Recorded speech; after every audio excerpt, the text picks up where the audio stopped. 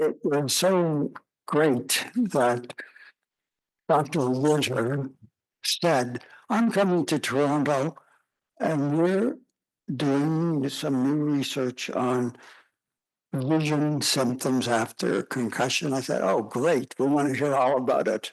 So that's how this came about. And our relationship with Dr. Rytter goes back a few years now. And she has many areas of interest in concussion.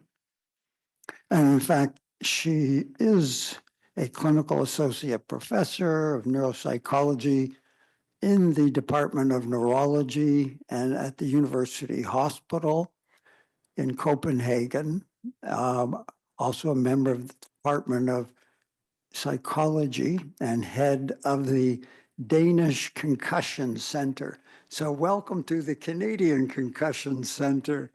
We gave ourselves that grandiose name several years ago. Dr. Rytter is an expert in cognition as well and rehabilitation.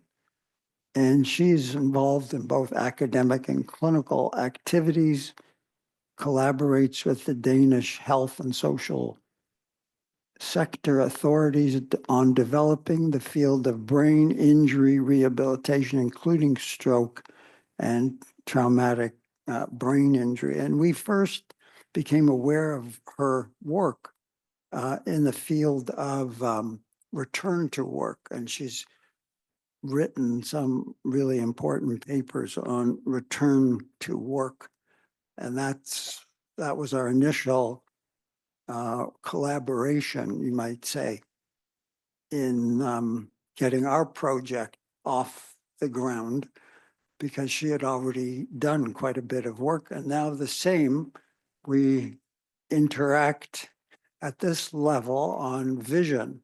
And I think in something that you wrote, you cited the fact that more than 40% of the brain is involved some way with vision. And we were just talking about this the other day, about how much of the brain is taken up with processing vision. So it's not surprising. And Arizu, who is there, put this fantastic picture together that so graphically indicates how aggravating vision problems can be for patients after concussion. And the redness of the conjunctiva, like it looks aggravating, it looks sore. And also the fact that the brain is so involved in processing vision, and just the color of it, like the red meaning inflamed. So I think it's really a great depiction of what patients go through in terms of vision problems after concussion. Welcome to those who are online. I think about 100 people signed up, but how many actually got out of bed in time to be part of this symposium? We don't know. But welcome to those who are online. So those are my opening remarks, and I think we might as well go on to Dr. Hanna Rytter's talk this morning, which is entitled Visual Symptoms After Concussion, Subjective and Objective Measurements. And it's really quite fantastic. She offered us a preview of what's in the current project at the University of Copenhagen. And it's just so impressive. And I'm sure you're going to be treated to a great exposure of how vision affects the brain after concussion. Thank you, Hanna.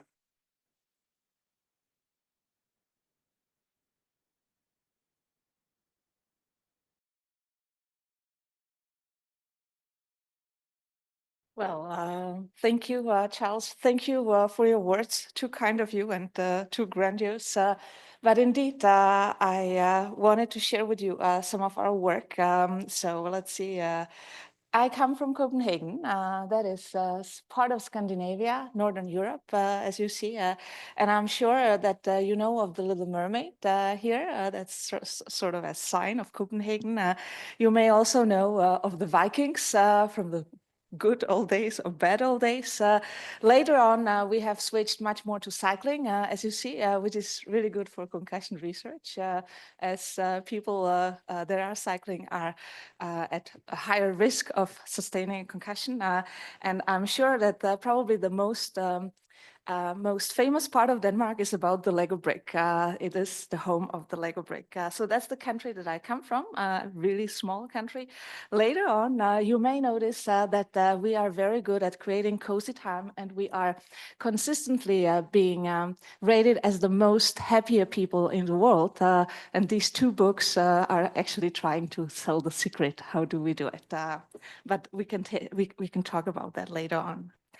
I received grants from Danish Ministry of Health and the Danish Victim Foundation. So these are my disclosures. And I wanted to say just a few words about the Danish Concussion Center, because it's actually the national resource and knowledge center. We are funded by the health authorities in Denmark. And our task is to gather, produce, and communicate the evidence. It is very much at the verge of what is happening in research and how do we translate that knowledge into clinical practice, which is a huge challenge. As you may know, we have so much more.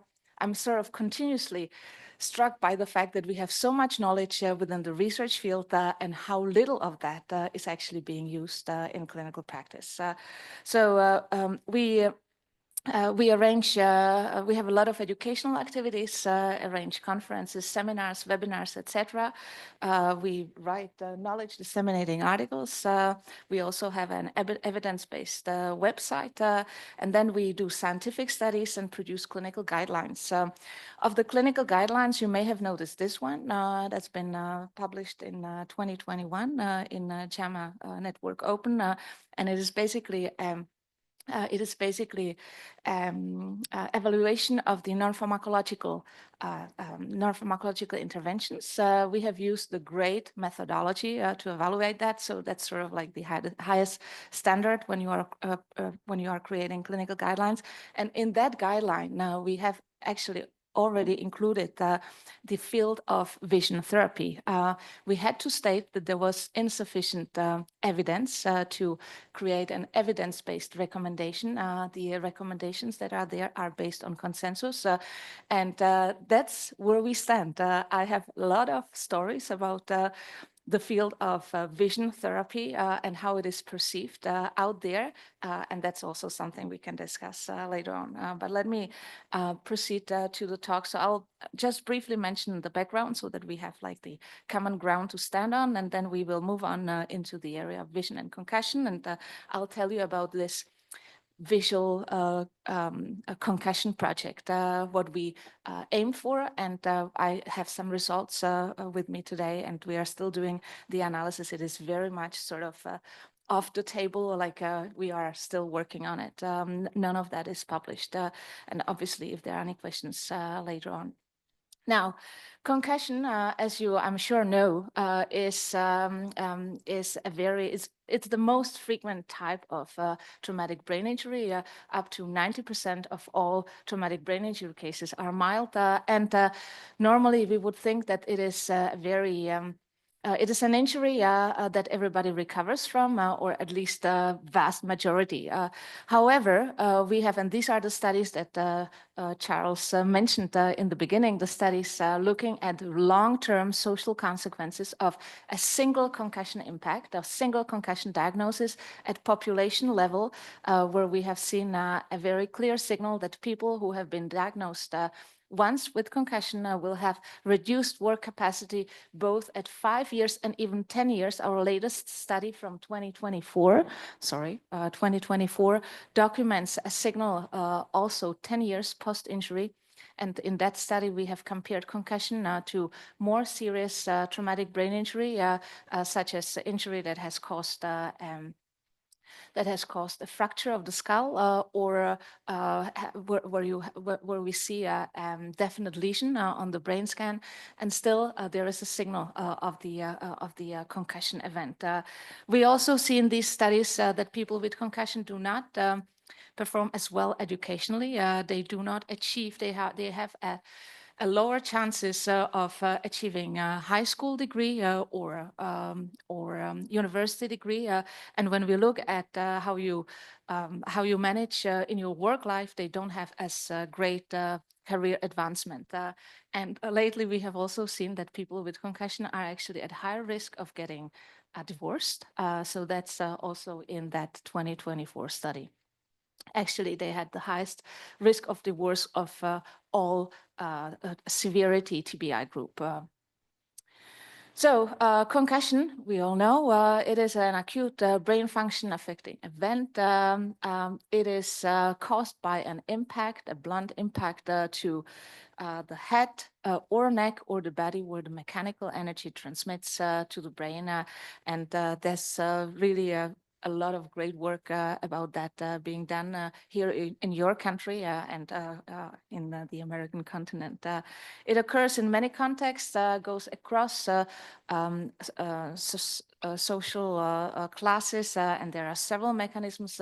One of the things that we are right now discussing a lot in Denmark is still whether there should be a direct contact between the head and the object, or whether it is okay only to have acceleration, deceleration impact. And here in Canada, at least according to the American Congress of Rehabilitation Medicine and the new definition and new diagnosis they have put forth in 2023, it's stated very clearly that acceleration, deceleration forces are also a valid mechanism of injury. But I mean, it's not necessarily accepted all around the world. That's just to tell you.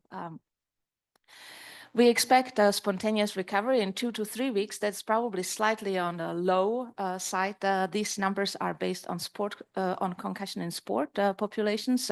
And when we look at recovery in general populations, it is somewhat longer. Children, especially teenage kids, would have longer spontaneous recovery. And we typically see no abnormality on standard structural imaging. Yes, punctum, period. So the symptoms of concussion, they occur within minutes and hours, and it starts with, typically it would involve headache, nausea, balance problems, and memory loss of the immediate event. And within days to weeks, they develop even more. And we would also hear people complaining of concentration difficulties, further memory problems, and the sensory sensitivity, both light and noise. They are very fatigued. They experience sleep disturbances and later on also mood swings. The symptoms are not visible and they can last longer than the expected period for recovery, and hence we talk about the prolonged symptoms. I mean, it's still debated when we should start talking about prolonged symptoms. We try to stick now to the longer than 4 weeks because that's the time where you would expect spontaneous recovery. But again, it's not universally accepted. We have several problems when we try to talk about the prolonged symptoms. We are not talking about the post-concussion syndrome anymore because we don't really have a specific set of symptoms that only occurs in concussion and is determining of concussion. We have a non-specific set of symptoms that are prevalent in the background population, and they are also present in other conditions. If you develop depression, you would be you may be complaining, for instance, of the same. You may have the same symptom clusters, or if you had a pain-related condition. They are invisible. They can only be reported subjectively. There is great individual variation variation. Some people only have headache after concussion. Some have the entire plate with both physical, cognitive, and emotional symptoms. The symptoms interact with each other. We need to be attentive to both to the time aspect and the severity aspect. How much do the symptoms prevent the person from living the life he or she would like to live? And as I said, there is no consensus regarding the diagnosis per se. So lately, when I look at the field, there has been much greater interest in the functional disturbances that we can actually measure. So the symptoms are subjectively experienced by a concussed individual, but the functional disturbances, traditionally we have had a lot of focus on cognitive disturbances measured by standardized neuropsychological tests. I will not go into that today. Then there is also some work now on vestibular dysfunction, autonomous dysfunction. We are also seeing papers on endocrinal dysfunction, which is well documented in more severe type of brain injury, and what is going to be the sort of point of my talk, visual and oculomotor dysfunction. So we have had lots of discussion about how to go into this field. And originally, when we started our work, we actually really wanted to we wanted to do an intervention study. We wanted to see whether there is an effect or not, and we wanted to do it in a robust design so that we could get it into this clinical recommendation guideline that I mentioned. But it should not be like that, and I will return to that. Why focus on vision? Charles already had some really good words in commenting on the picture that you had put at the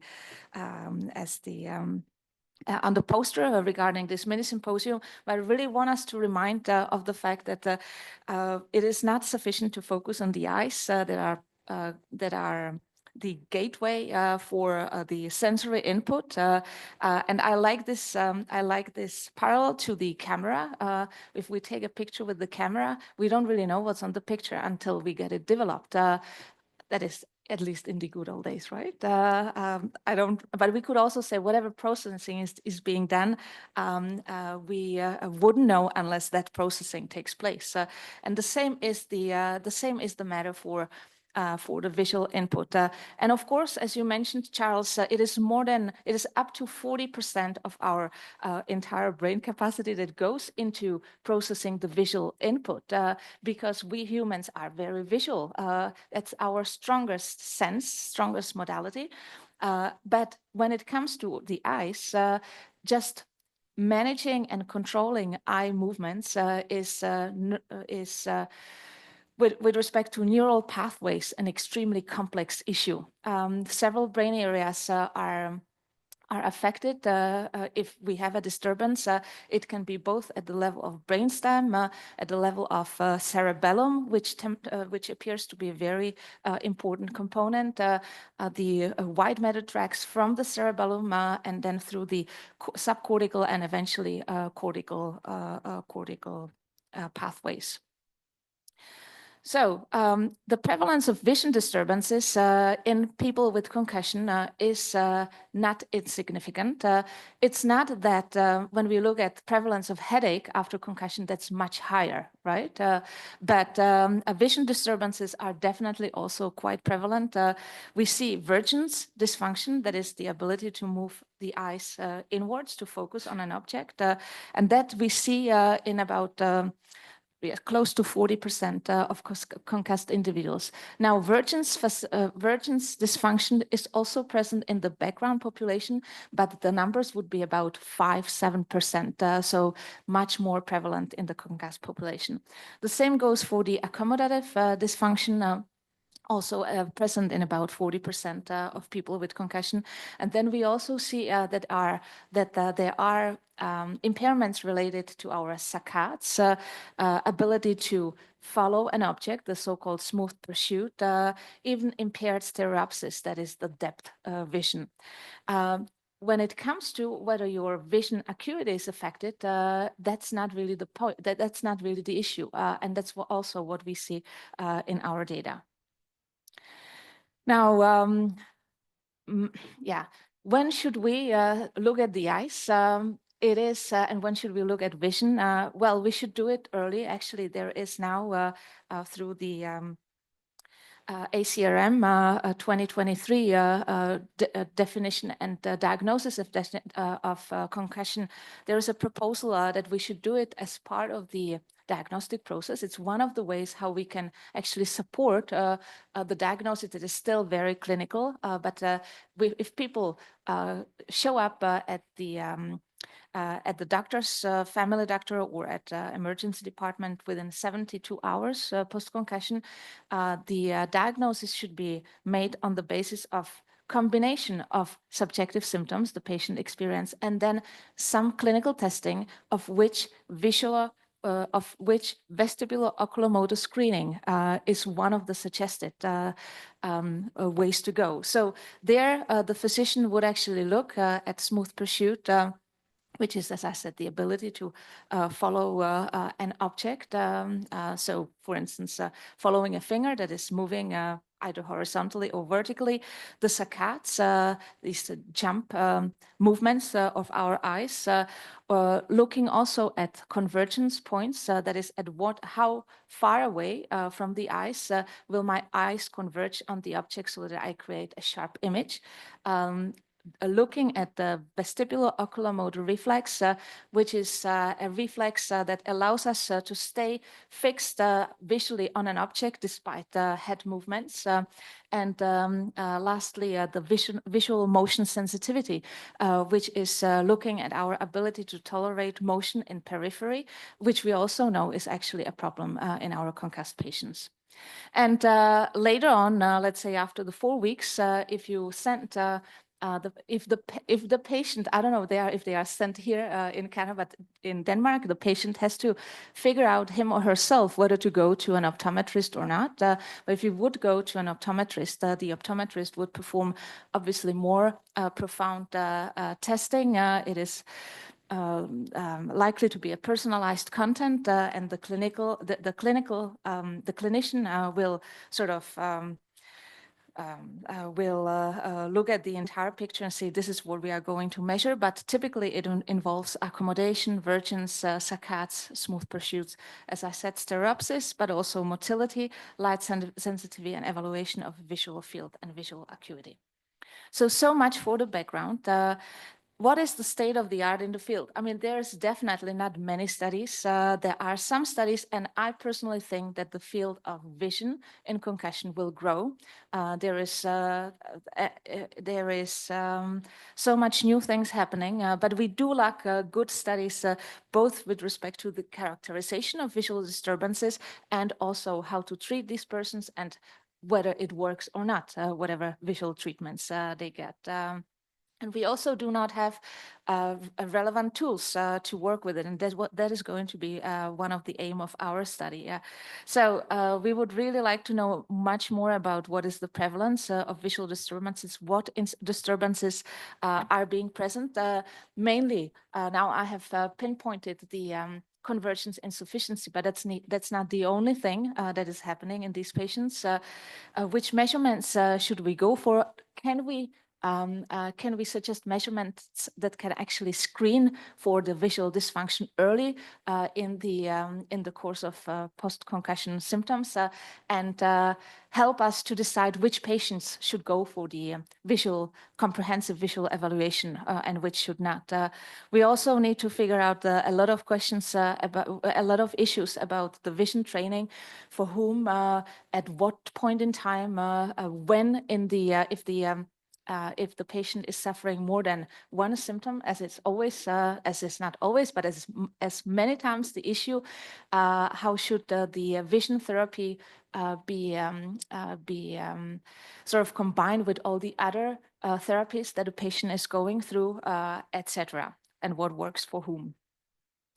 So we have had a lot of discussions and wishes for this project. Eventually, we settled on examining the visual symptoms from the subjective perspective. So what does the patient experience? And mind my words, it's not always that the patient would be able to say that I have visual disturbance. If I have accommodative dysfunction, or if I have convergence excess or insufficiency, I'm not necessarily going to be able to say that's what I have. They may be able to report that they have double vision, but it may be so subtle that they are actually not conscious of that. So we wanted to see what kind of subjective complaints the patients have, and we wanted to combine that with objectively measured visual disturbances. And then we also wanted to assess what is actually the link between the subjective complaints and the objectively measured disturbances. And when you look at the field, you will realize that there are almost no prospective cohorts, and the data that we have in the field is mainly retrospective, and it is based on studies that are not having a control group. So we said, okay, now it's the time to improve that. So we have run a prospective cohort study with a control group, and we really try to do the measurements in blinded manner. That means that the clinicians that the persons were seeing did not know a priori whether the person was concussed or from the control group. So we have, in order to do that, we actually ended up creating our own instrument. I will return to that because that will turn out to be one of the main results. And I will also turn to why that was necessary. But we have now a subjective complaint instrument. Then everybody was assessed on the Rivermead post-concussion questionnaire. Then we had a comprehensive optometric assessment, and we performed eye tracking. I will only very briefly touch upon the eye tracking today because those analyses are indeed still very much undergoing. Our inclusion criteria were adults in the working age. They had to be diagnosed with concussion by a clinician, by a physician. They had to have their symptoms at least 2 months, and we sort of. This was relatively arbitrary, saying they shouldn't have them more than 2 years. They had to have best corrected visus at 0.8 or better in both eyes, and obviously they had to be able to read and understand Danish because they had to they had to tell us about how they felt. We ended up screening 259 patients, and as it always is, not everybody complied with our inclusion criteria. So you see at the bottom that we ended up with 90 patients suffering concussion and 108 patients in control, not patients, sorry, control individuals, control subjects. They were, here you see that we recruited many more women than men. That's sort of typical for the field, depending on your recruitment method. We had collaborated with 5 optometric clinics to do this. Therefore, we have more women also in our control group. They had been about both males and females, about 37, 48 to 42 as average age. And mean time since injury was about 7 months. So it is relatively burdened population, and you'll see that also in our data. Now back to our need to create a new instrument. So when we wanted to do the intervention study, we had a look at what instruments are there in the field in order to measure the effects. And there was not much to go for. If we didn't want to go for a specific instrument that measures, that measures the last one here, that measures convergence insufficiency only, there was only the general brain injury vision symptom scale, the BIVSS. And that instrument has several problems with respect to the concussion population. There are questions that are not relevant, for instance, questions related to dry eyes, and there is way too little focus on the complaints that the patients have, such as I'm not able to be on screen, I'm not able to work on my computer, I'm not able to be on my phone. So reading is present on this, like the reading on paper is present, but the screen work is not. So hence we went we embarked on this sort of long process of figuring out what questions should we ask so that they could be very concussion specific. Originally, we talked to, we took as a starting point this brain injury vision symptom scale, and then we also talked to experts and we talked to patients with lived experience, had a pilot process going through, and there we settled on 42 items, and they covered these categories. So you see they covered both the visual acuity, although, as I said, it's not affected, but we really needed to make sure that this is the correct way to go. Visual comfort, double vision, light sensitivity, then distance judgment was not part of the general brain injury questionnaire. Vision, movement, and orientation was not part of it either. Reading on paper, and then a screen use. And you see we had actually many items regarding the latter. What have we seen? And these are definitely so preliminary as it can be, but regarding the pro-saccades and anti-saccades, we see that our patients with concussion have significantly longer reaction times and significantly smaller amplitudes. And with respect to speed, we see differences, not necessarily always related to the maximum speed of the eye movement that the patient is able to have, but we see a significantly lower mean speed regarding the pro-saccades, and we see also regarding anti-saccades an effect both on the mean speed and on the maximum speed achieved. So we will look much more into it, but preliminary conclusions of this work would be that we can measure visual symptoms both by using subjective and objective measures, and we have developed this new questionnaire with quite good properties. When it comes to psychometric, we also have reliability measures and the like. So we think strongly that this questionnaire has the potential to screen patients with post-concussion vision symptoms, and that's what we would like to embark on now into the future, and perhaps collaborating with some of you guys. And the factors that appear to be of great importance for figuring out who is having vision disturbances are aspects of the Vergence facility, then the headache that is localized to 3 locations, near point of convergence bigger than 9 centimeters, and King-Devick test that takes more than 60 seconds. I have to acknowledge all my wonderful team and colleagues without whom I wouldn't be standing here. And thank you very much for your attention.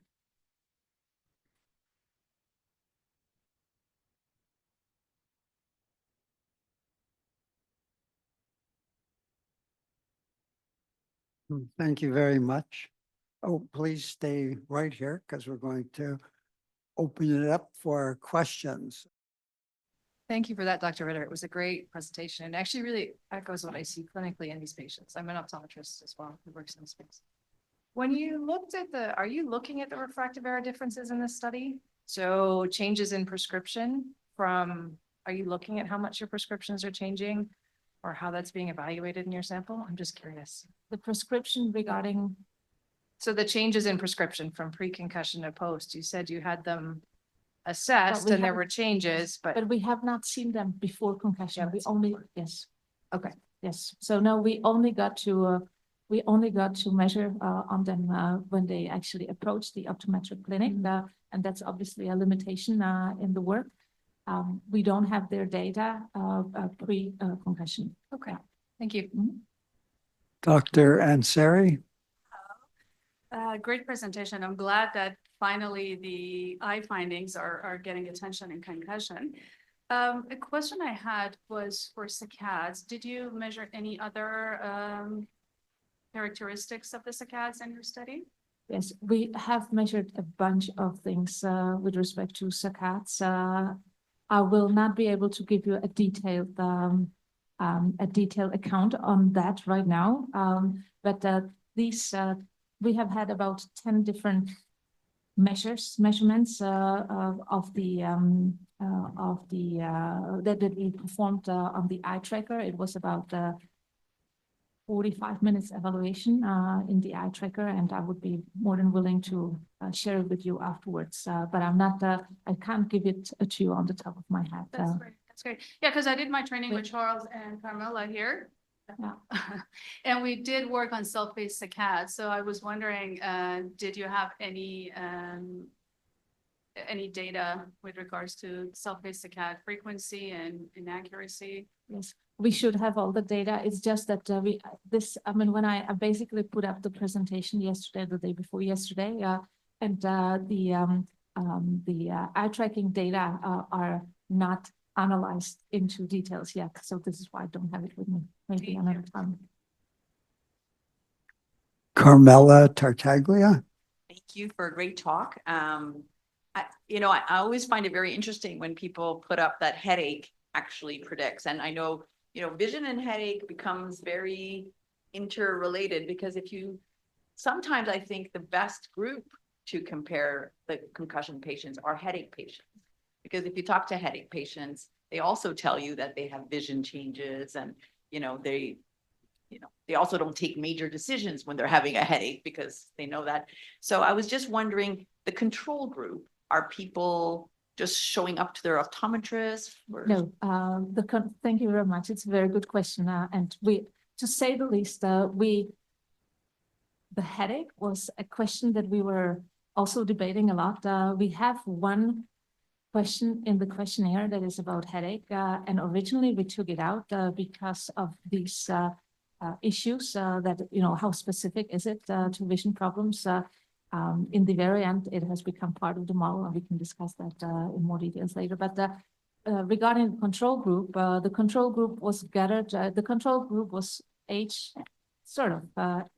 and sex matched. It was age matched and also sex matched. And what we did was that we asked the relatives of the patients that showed up at the clinic whether they would like to help with this research. And then we also asked them if they had any persons that they knew of. So this is how the control group has been created. Yes. Right. Yes. Chloe. Obviously, we had a set of, I didn't mention the exclusion criteria here. I only mentioned the inclusion, but we also had a set of exclusion criteria, and both groups had to comply with that. Hi, first, great talk. I noticed when you put up your questionnaire that you've planned, you went with double vision instead of blurred vision. I'm just wondering why you didn't include double vision, because usually in our clinic, we tend to see that that's more prevalent symptom in concussion. I believe that we had, in the original questionnaire, we actually had 3 questions about double vision. It just turned out not to, when we did the analysis, the RASH analysis, it didn't turn out to be, I mean, the items were, there were problems related to the items with respect to the requirements that you would have. It's just putting the blurred vision as the final item was enough to satisfy the model. But I saw the model didn't have blurred vision. It only showed double vision. So then it would be the other way around, as I said.